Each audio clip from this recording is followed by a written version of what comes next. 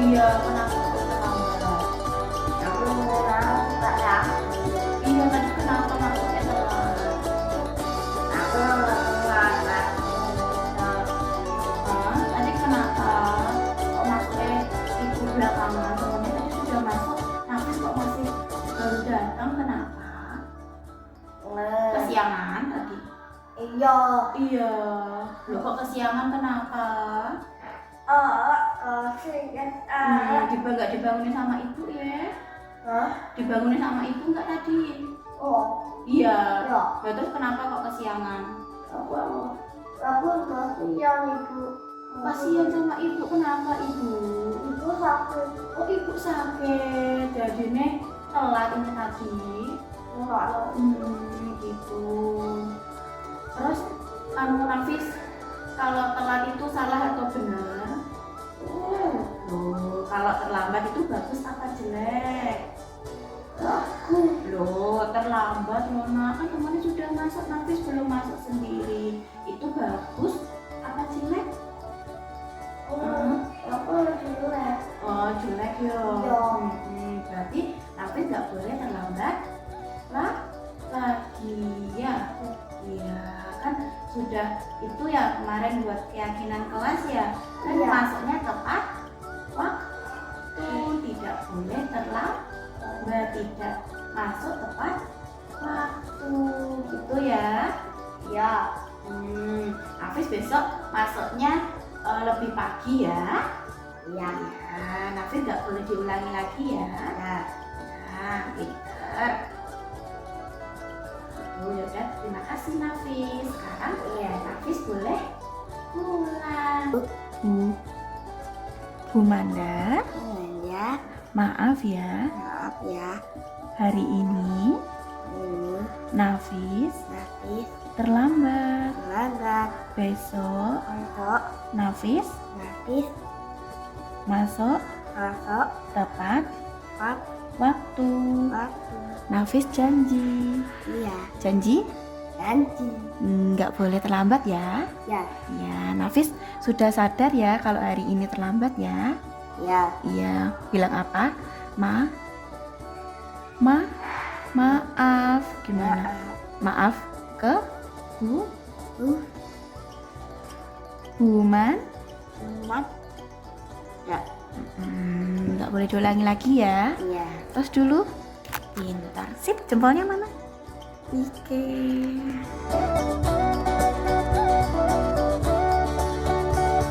Selamat pagi, Kisa. Kisa, hari ini gimana kabarnya? Baik, sehat? Sehat. Oh iya, Kaisa. Kemarin, hari Senin, Bunda dapat laporan dari Bu Agnes. Katanya, kemarin kamu nggak piket ya? Enggak. Loh, kenapa? Oh, lupa. Kenapa kok bisa lupa? Kemarin seharusnya piket sama siapa kamu? Nah, terus kenapa kok nggak piket sendiri? Kalau nggak piket itu salah atau benar? Salah. Nah, sebelumnya kan sudah buat keyakinan kelas ya sama Bu Agnes ya. Kalau harus menjaga kebersihan. Nah, berarti si Kaisa sudah melanggar keyakinan kelas ya. Iya. Nggak boleh gitu ya. Jadi Kaisa merasa gimana kalau tidak piket? Rasanya gimana? Nggak nyaman kan ya, kelasnya jadi bersih atau kotor kalau nggak bersih? Kotor kan ya, nanti kalau kotor terus Kaisa bisa nggak belajar dengan baik? Nggak bisa kan ya, nggak boleh diulangi lagi ya. Ya, tapi nggak apa-apa, biasanya setiap orang tuh pasti lupa kan ya. Kalau kemarin lupa diganti hari ini mau ya Kaisa? Boleh ya. Itu kan konsekuensi yang harus diterima Kaisa ya. Karena kemarin nggak piket ya. Nanti piketnya sama Louis sama Ica ya. Mau ya? Terima kasih. Nah, kembali lagi ke kelas. Iya. Terima kasih.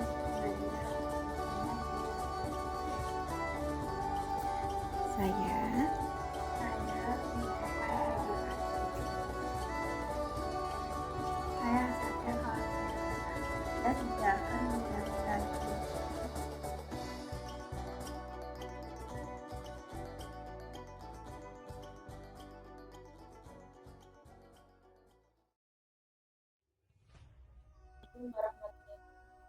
Waalaikumsalam warahmatullahi wabarakatuh.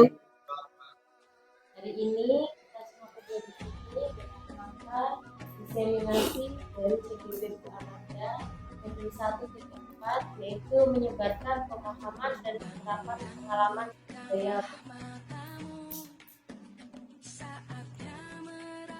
Mungkin sebelum kita mulai, kita berdoa dulu agar kita berjalan benar, doa sesuai dengan agama.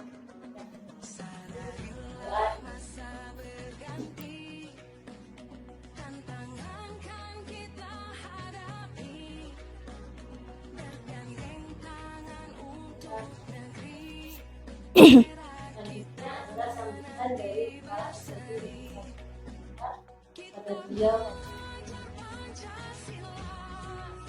Assalamualaikum warahmatullahi wabarakatuh. Waalaikumsalam warahmatullahi Bismillah ya Allah.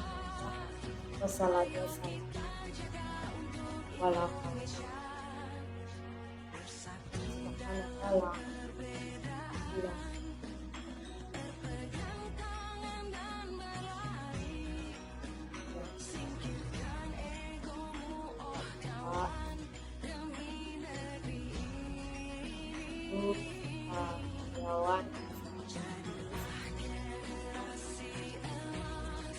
siang hari ini marilah rasa syukur kita terhadap kehadiran Allah atas segala sehingga hingga pada siang hari ini kita dapat melaksanakan atas kita sehari-hari agar sehat tanpa ada masalah. Yang kedua, salawat serta salam tetap kita curahkan kepada Nabi Sallallahu Alaihi Wasallam yang senantiasa kita berikan syafaat. Bapak dan Ibu semuanya, sebelumnya saya mengucapkan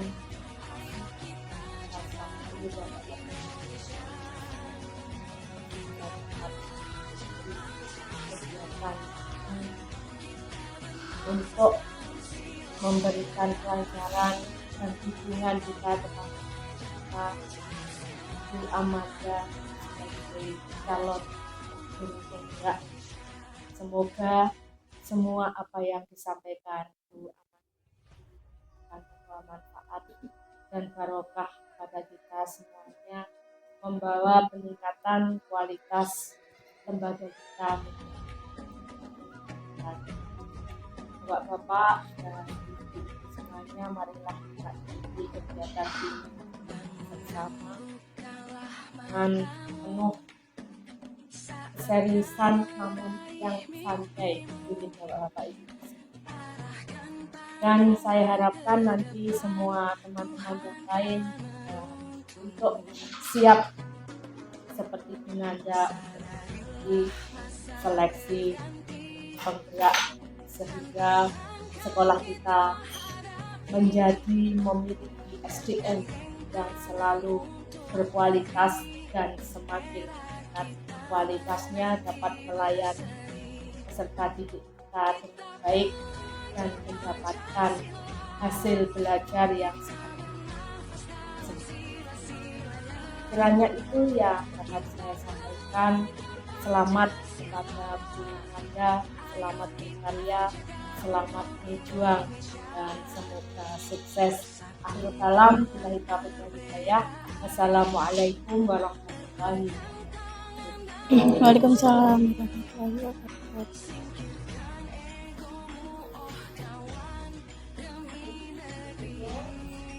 Selanjutnya langsung saja akan kita memaparkan nomor 1 yaitu menyebarkan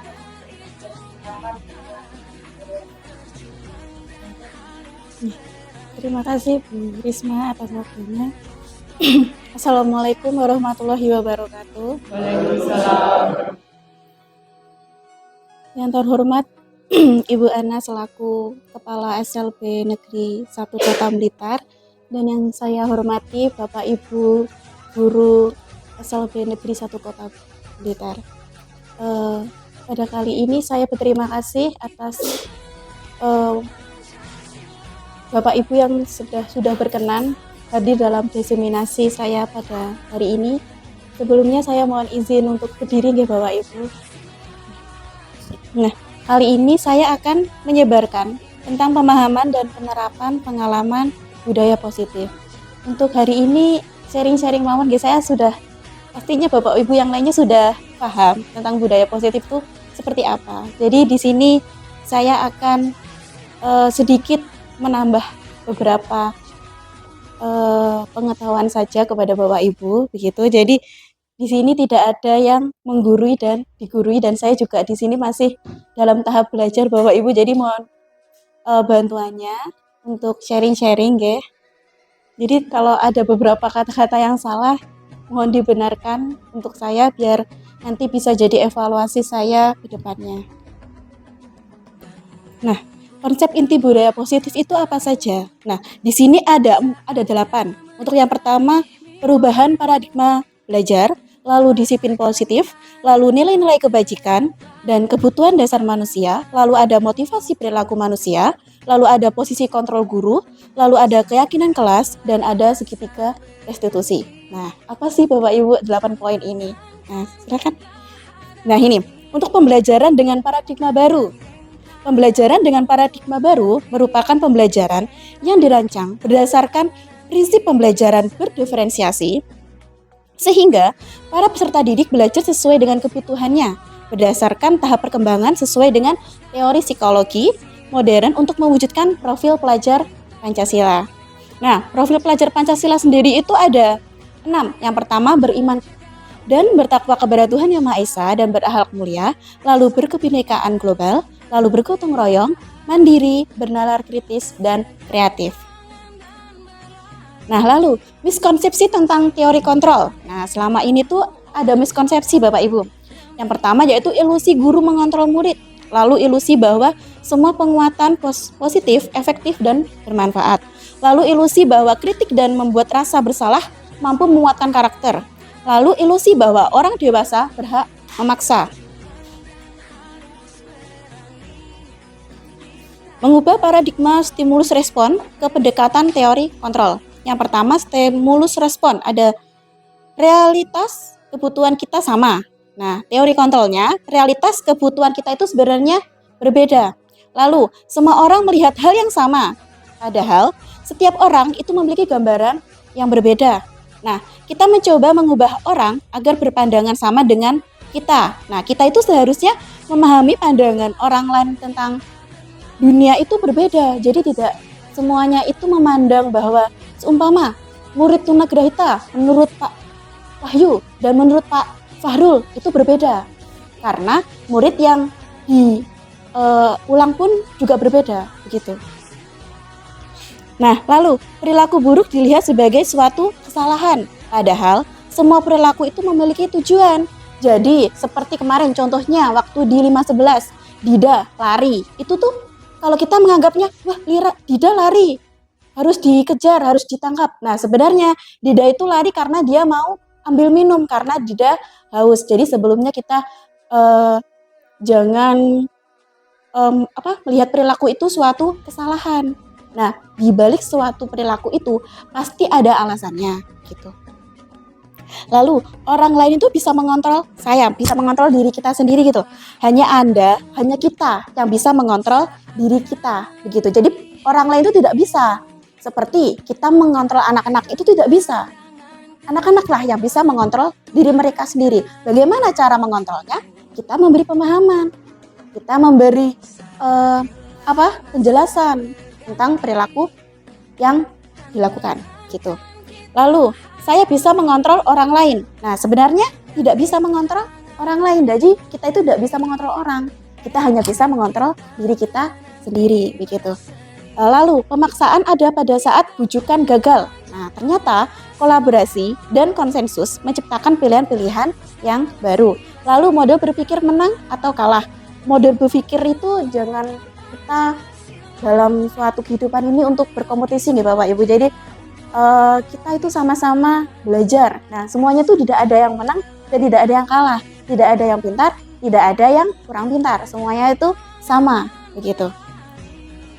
Nah, lalu disiplin positif. Nah, apa sih disiplin positif itu?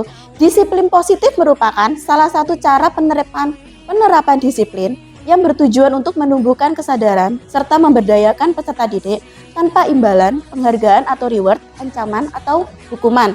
Nah, sebagai pendidik, tujuan kita itu adalah menciptakan peserta didik yang memiliki disiplin diri, sehingga mereka berperilaku mengacu kepada nilai-nilai kebajikan, universal, dan memiliki motivasi intrinsik dalam perubahan perilaku ke arah yang lebih baik, begitu.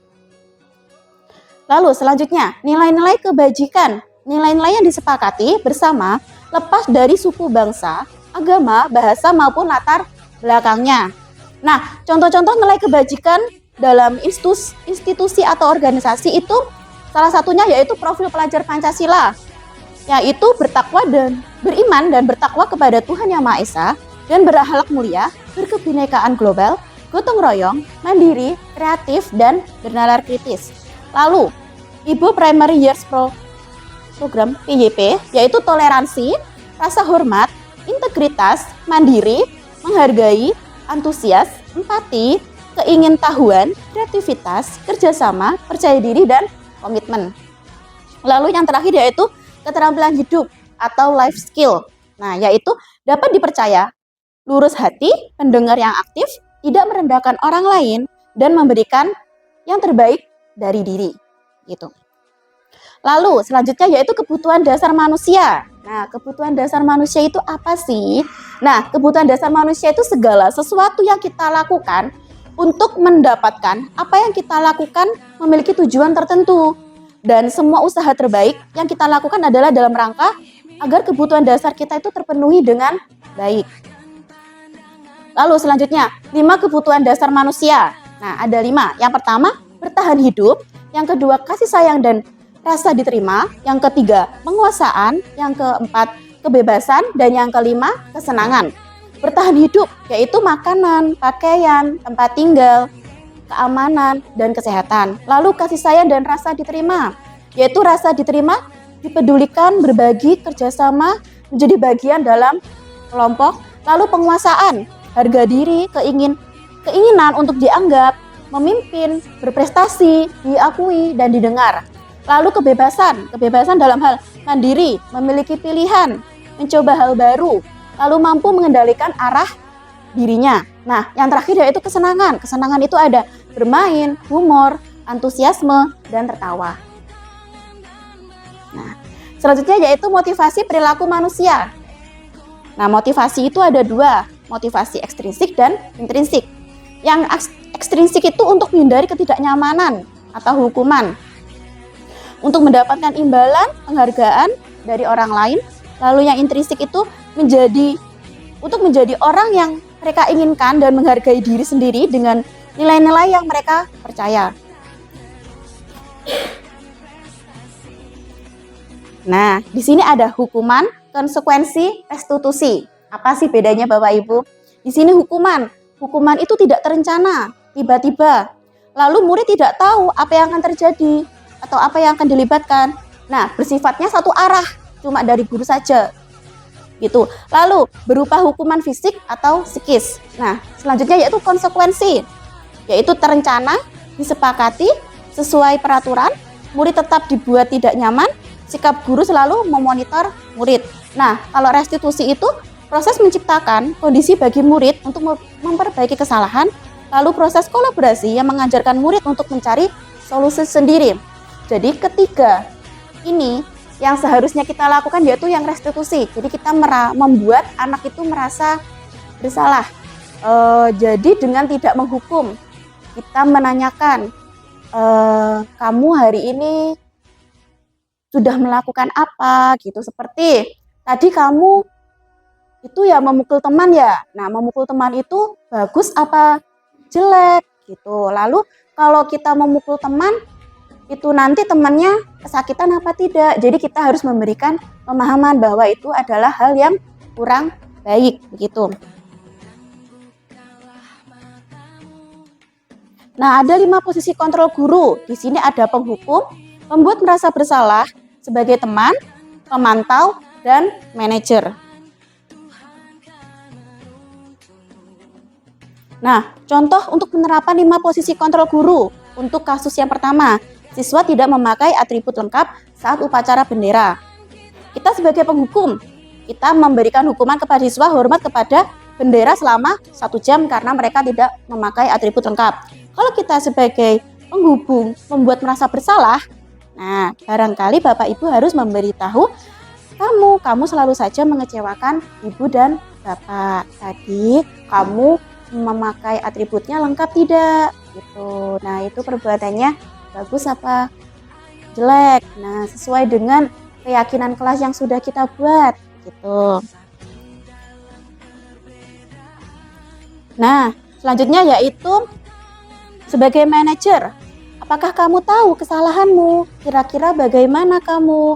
Lalu bagaimana kamu memperbaiki kesalahanmu itu? Gitu. Nah, jadi nanti anaknya akan menjawab, saya tidak memakai atribut lengkap, Ibu. Gitu. Nah, nanti bagaimana cara memperbaiki kesalahanmu itu?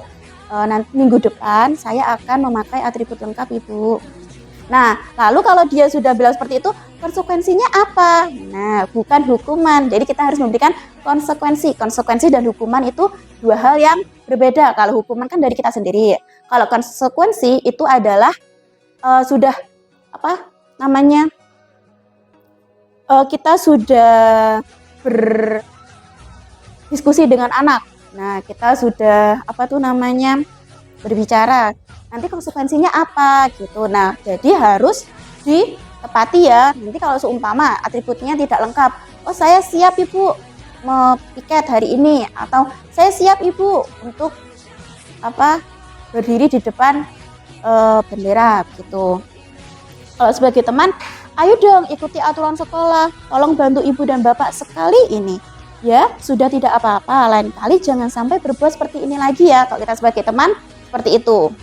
Tapi kalau ini diterapkan kepada anak kita, sepertinya masih kurang ya Bapak Ibu ya. Jadi memang harus ada hukuman juga ya. Tapi alangkah lebih baik kalau hukuman itu dialihkan kepada konsekuensi yang sudah disepakati. Nah, jadi kita akan membuat kesepakatan kepada anak didik kita. Nah, seperti di awal tahun pembelajaran, di awal semester itu Bapak Ibu semua pasti sudah membuat keyakinan kelas kepada anak-anak didiknya ya. Nah, di situ di setiap ada keyakinan kelas pasti ada konsekuensi yang akan ditanggung oleh siswa tersebut jika keyakinan kelasnya ada yang dilanggar. Jadi untuk membuat konsekuensi pun juga bukan cuma dari guru, tapi dari siswanya. Kita bertanya lagi kepada siswanya ingin mendapat konsekuensi seperti apa gitu. Lalu sebagai pemantau, kamu sudah melanggar peraturan sekolah, kamu tahu konsekuensinya. Setelah upacara kamu beli atributnya ke koperasi ya, dan jangan diulangi lagi gitu. Lalu posisi kontrol apakah kita sebagai guru seharusnya?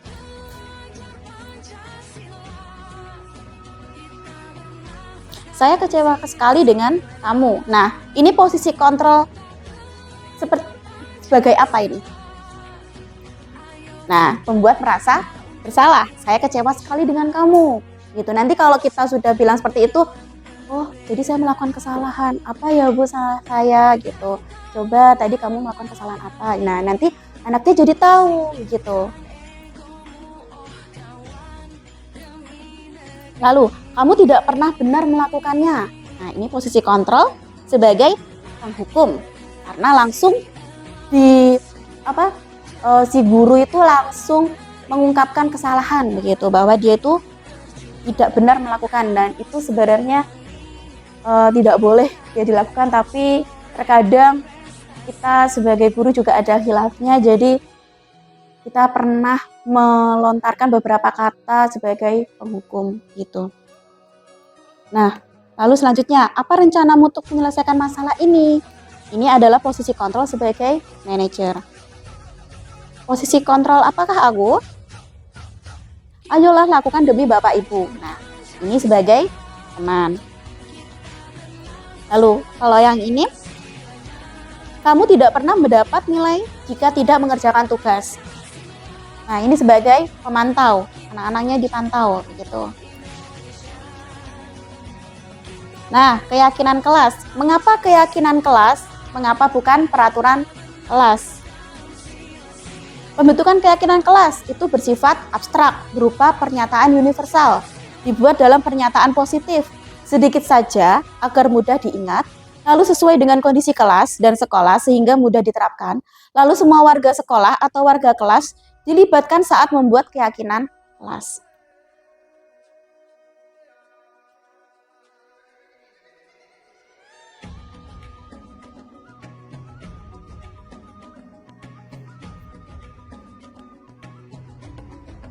Di sini ada segitiga restitusi. Nah, segitiga restitusi itu suatu proses dialog yang dijalankan oleh guru agar dapat menghasilkan murid yang mandiri dan bertanggung jawab. Nah, segitiga restitusi itu ada 3. Yang pertama, menstabilkan identitas. Yang kedua, validasi tindakan yang salah. Selanjutnya yaitu menanyakan keyakinan. Nah, menstabilkan identitas yaitu berdasarkan prinsip membuat kesalahan adalah bagian dari proses pembelajaran. Contoh kata-katanya, berbuat salah itu wajar. Tidak ada manusia yang sempurna. Ibu bapak juga pernah melakukan hal yang serupa. Lalu bapak ibu tidak mau mencari siapa yang salah, tapi bapak ibu ingin mencari solusi dari permasalahan ini. Lalu kamu berhak merasa begitu. Nah, selanjutnya yaitu di validasi tindakannya yang salah. Nah, berdasarkan setiap perilaku berupaya memenuhi suatu kebutuhan tertentu. Contohnya kata-katanya, kamu pasti mempunyai alasan mengapa melakukan hal itu. Seperti yang Dida lakukan. Kenapa kamu lari? Kamu mau apa? Oh, saya haus. Dida haus, Dida mau minum. Oh gitu, bilang sama ibu kalau haus. Jangan langsung lari. Gitu. Jadi kita memberikan pemahaman kalau perbuatannya itu kurang baik gitu. Lalu padahal kamu itu bisa melakukan hal yang lebih baik lagi. Kamu patut bangga karena telah melindungi sesuatu yang penting buatmu. Kamu melakukannya karena mempertahankan sesuatu yang penting bagimu. Lalu menanyakan keyakinan berdasarkan prinsip teori kontrol bahwa pada dasarnya kita termotivasi secara intrinsik.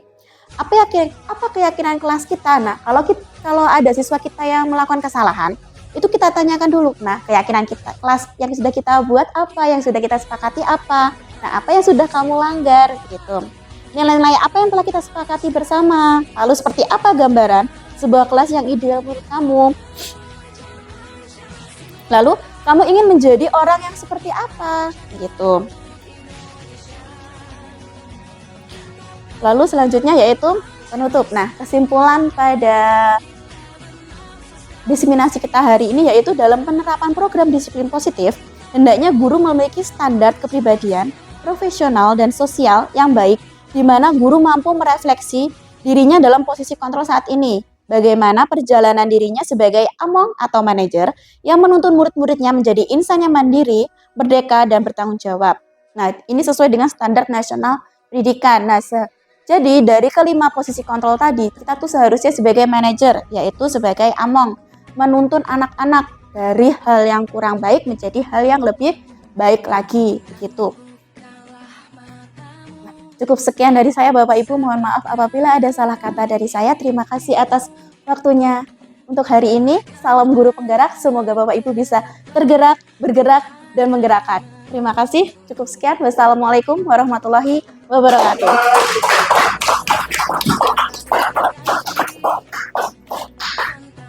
Ya.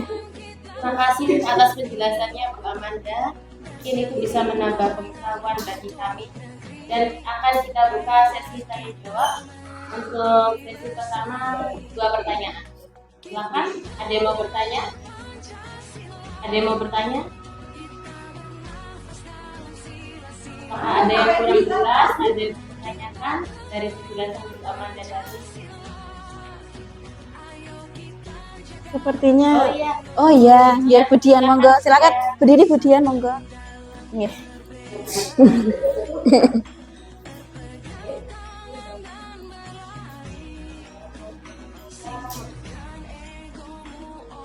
Nggih.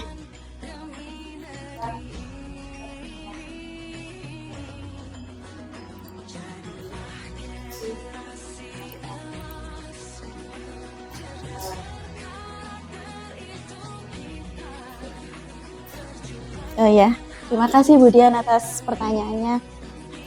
Itu Bu Risma langsung dijawab. Oh iya. Oh ya, terima kasih.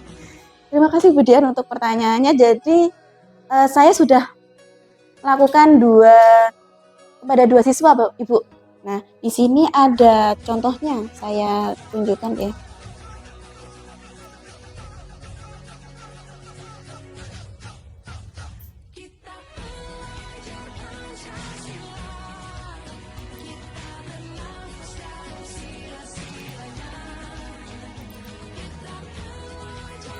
Nah, di sini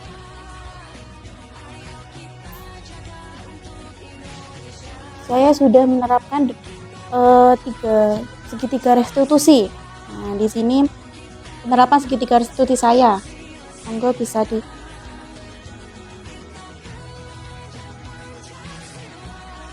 Nah, di sini ada kasus.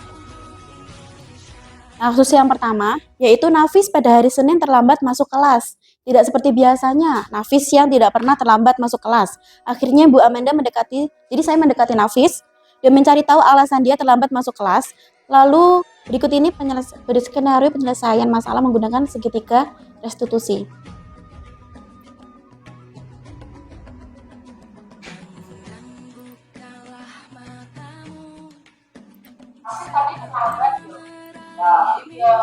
Nah,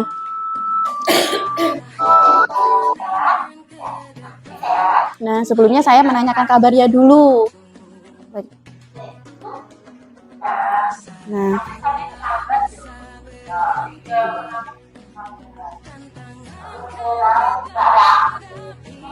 nah sebelumnya di sini Nafis tidak jujur. Jadi menyangkal bahwa dia itu tidak terlambat, tapi sebenarnya kan terlambat. Nah, Bu Manda berusaha membuat itu meyakinkan lagi. Nah,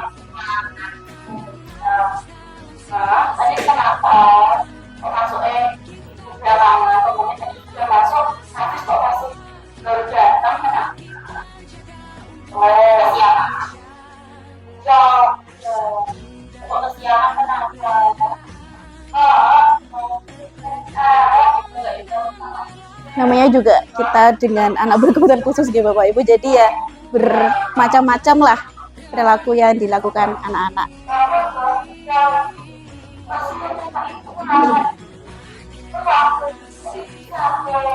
Nah, jadi di sini kenapa Nafis terlambat karena ibunya sakit gitu, jadi jadi kesiangan. Terus kalau kesini kan ya nggak bisa cepat, jadi ya agak pelan-pelan, akhirnya Nafisnya terlambat begitu. Nah, akhirnya kan dengan beberapa keyakinan yang sudah kita berikan kepada anak, akhirnya dia berani jujur gitu. Kenapa terlambat gitu. Nah, di sini saya bertanya kepada Nafis, kalau terlambat itu perbuatan bagus apa jelek? Nah, awalnya Nafis bilangnya itu tetap bagus karena dia terlambat kan karena ibuku sakit. Ya benar, tapi kalau terlambat kan kurang bagus gitu. Jadi tidak boleh diulangi lagi. Nah, berhubung ini masih dalam SD ya, jadi saya memberikan konsekuensinya itu tidak berupa hukuman. Jadi saya mengambil bintang. Nah, jadi di sini kan anak-anak ada yang menempelkan bintang. Nah, itu karena terlambat bintangnya diambil 1, itu konsekuensi yang harus diambil oleh Nafis gitu. Nah, ada lagi. Nah, selanjutnya yaitu kasus yang kedua. Nah, di sini pada hari Senin, Bu Manda itu mendapat laporan dari Bu Agnes bahwa Keisha itu tidak melaksanakan piket di kelas. Sehingga Bu Manda memanggil Keisha untuk menanyakan apakah laporan tidak piketnya Keisha itu benar atau salah. Gitu.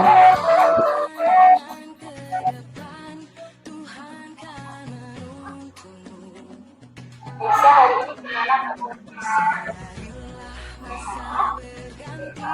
Oh iya, baik.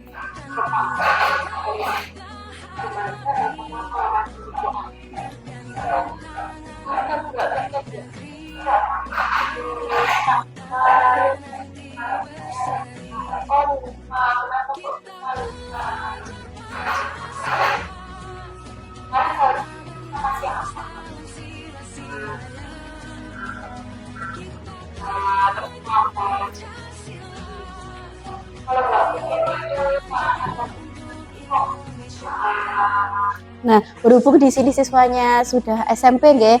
Jadi siswa ini si Keisha sudah paham bahwa kalau tidak piket itu perbuatannya yang salah. Nah, dia langsung mengaku bahwa kemarin tidak piket begitu. Jadi dan Bu Manda juga tidak langsung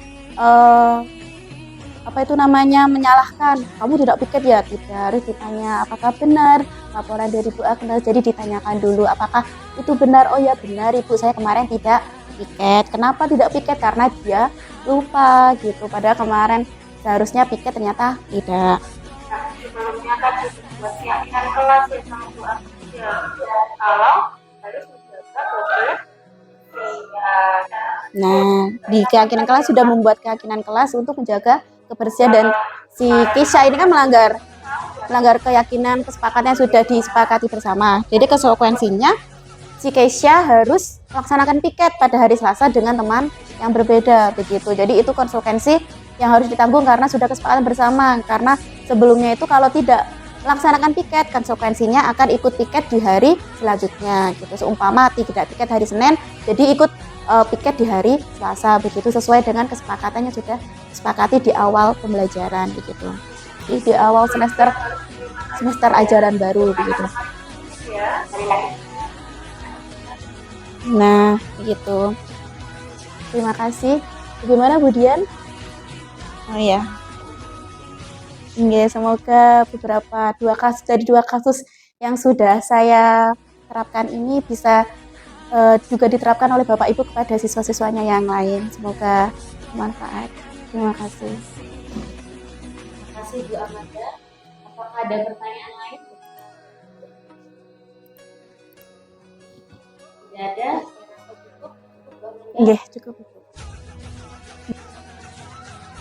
Terima kasih atas kehadiran teman-teman guru semua untuk mengikuti acara diseminasi Bu Amanda di Majelis Sabtu Keempat. Apabila saya ada salah kata di salah-salah, saya mohon maaf. Wassalamualaikum warahmatullahi wabarakatuh. Waalaikumsalam warahmatullahi wabarakatuh.